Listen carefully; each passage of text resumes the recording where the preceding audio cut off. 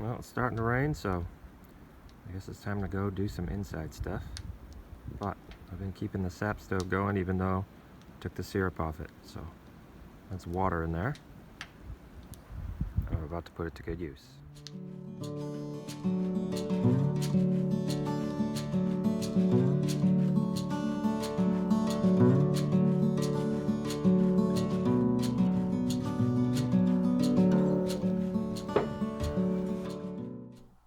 Here it is the end of March, and I haven't shared a video for quite some time.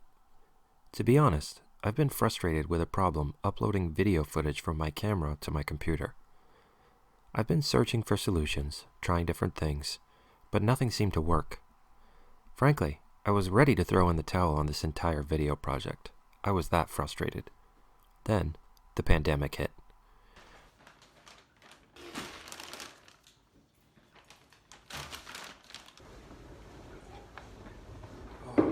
Alright, well, since I've got the sap stoves going, and the apples in the root cellar are starting to go by, I figured, hey Ziggy, I'd make some applesauce. Now, when I make applesauce, I boil the apples and put some of the water from the boil in with the sauce, just because I like it. The texture is a little bit better for my liking. And since I have to bring water to a boil anyway, and I already have the sap stove going, but the syrup is gone, it's actually over here on the stove, I figured, why not use that fire rather than just have it burn for no reason. So I put a little bit of water in the sap pans, and I'm going to prep the apples, and then take them outside and boil them right out there, and then bring them back in and process them here on the counter. First things first, wash the hands. Watch out, Ziggy. Whenever something big like this happens, there's another wave of people who realize how tenuous are the links holding together the systems in which most of us in the Western world live. Commutes, food supplies, healthcare, pretty much everything is disrupted for most people in the US and many other wealthy nations. Unless, of course, you're a homesteader. Times like this seem to expose enough weaknesses in the armor of capitalism that large numbers of people become interested in homesteading, or at least parts of it. Usually food production is first. That's certainly true right now, as is evidenced by the email I received from my favorite seed company stating that they're temporarily stopping the shipment of small orders to ensure they can fill their commercial orders. I called and talked to a friend at the company and was told that the number of small garden orders that they've been receiving is like nothing they've ever seen, and they've been around for several decades. Since there are so many people out there who are going to be trying so many new things for the first time, it strikes me that now, more than ever, is a good time to put out some information and share experience. So, I tried one more time to find a solution to my video transfer problem. Lo and behold, despite the fact that I thought I'd looked everywhere and tried everything, I found a solution. Good timing, Internet. Since it's the end of March, things in the root cellar are nearing the end of their capacity to continue to store well. The root cellar is up around 40 degrees these days, and that means things aren't going to be staying very good very much longer. That's certainly true of the apples. I've got 1.5 bushels that I purchased last fall with the intent of making sauce when they weren't good for anything else. I think that time has come. And since I've already got a nice fire in the sap stove, and I finished boiling all the sap we currently have, and I've got some nice, big, newly constructed sap pans out there, I figured I'd put them all to good use, killing 2 birds with 1 stone.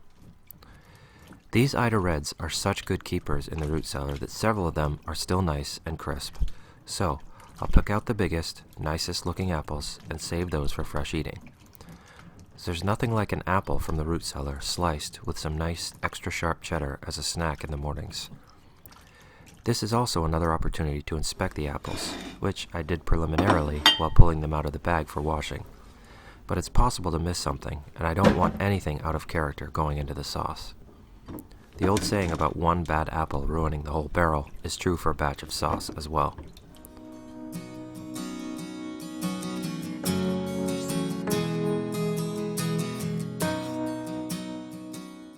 When I'm making sauce, pies, crisp, whatever, with fresh apples in the summer and fall, I use a mechanical coring and peeling machine.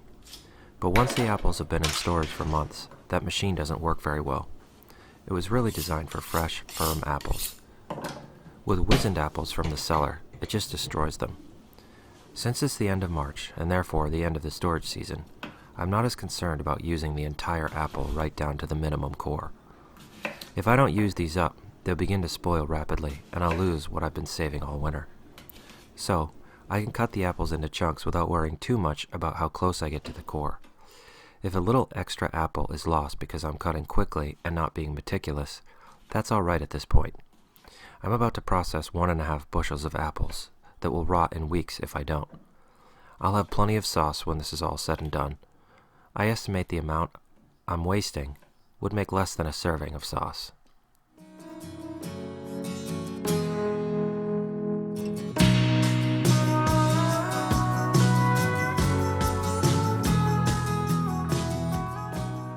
Something I like in a nice homemade sauce is a pinkish color.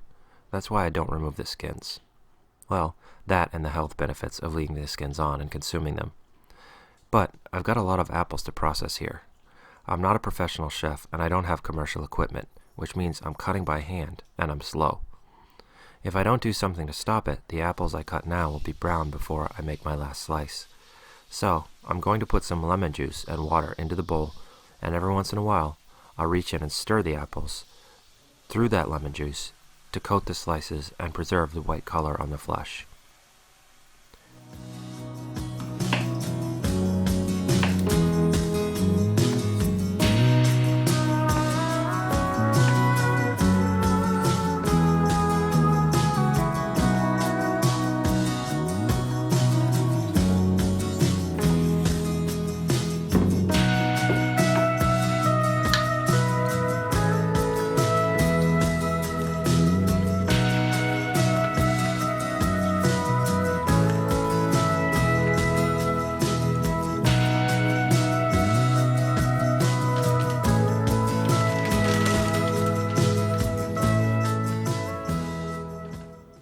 These are McCown apples, and, unlike Ida Reds, they are for fresh eating.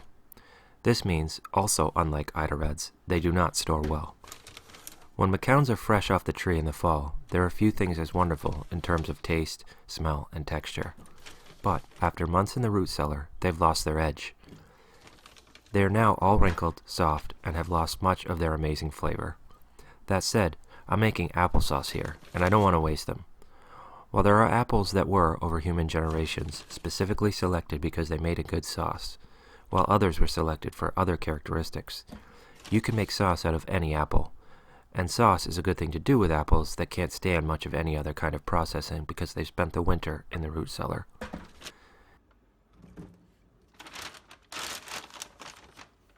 And finally, the Empire apples. Like Ida Reds, these are excellent storage apples. In fact, these are slightly better at keeping than Ida Reds. However, not only is every apple unique in its characteristics, so too is every year unique, and how every apple reacts to every year. Last year was a rough one for some orchards in Maine. We had a late frost that killed a lot of blossoms, or at the very least, set the trees back substantially. Some orchards did all right, others not so much. Even within individual orchards, there was variation. For instance, at the family orchard we love, the Ida Reds were amazing, but the Empires just didn't size up. These, therefore, while all still in amazing shape in terms of firmness, are mostly tiny. That's okay though. Most of them are going into sauce. However, the smallest among them, I've decided to save out and cut up into small chunks to freeze. Emily tells me that she needs about 5 cups to make a pie. So, I'll slice up the smallest specimens into small pieces, dole them out into freezer bags in 5-cup increments, and see how many pies we can eat this summer from last year's apples.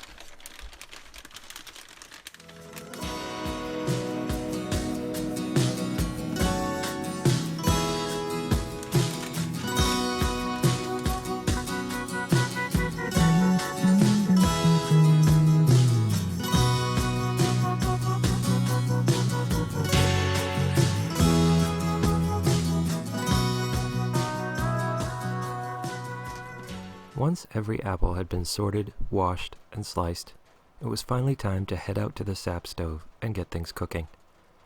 I had to make several trips for equipment and supplies that I normally have within reach when making sauce in the kitchen. But, even if I'd had them all, I would have had to make an extra trip because I didn't plan for how cold, wet, and rainy it was going to quickly become.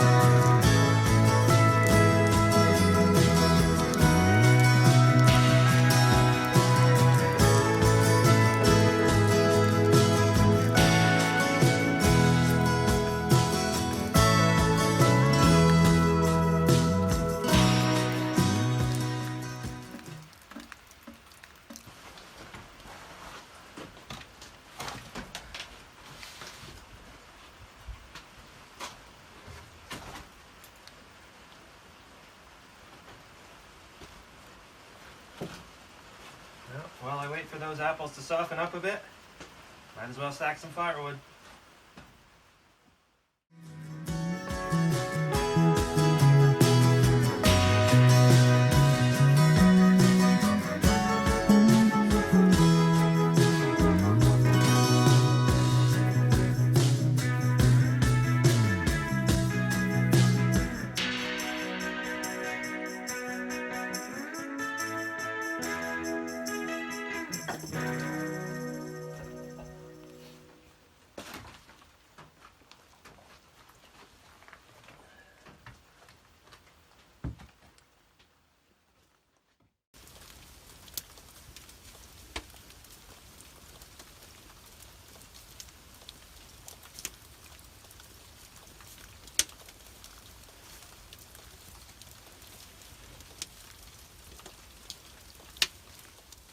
Normally, I know the apples are finished cooking and ready for the food processor when they soften up.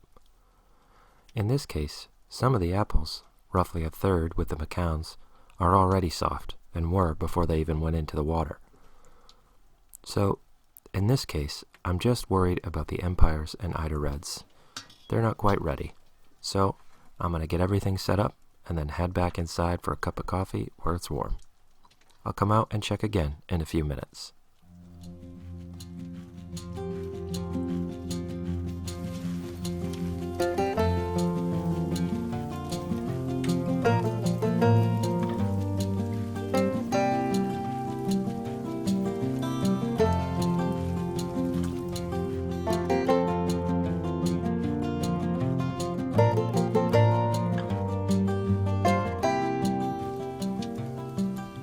As I mentioned, I like to take some of the boil water and add it to the apples.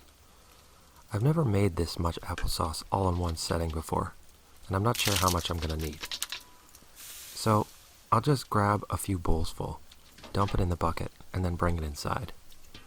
One thing I'm particularly excited about with this method of using the sap pans is that I didn't wash the sap pans after I dumped the maple syrup out earlier this day. So, some of this water has some maple flavoring in it. We'll see how that turns out.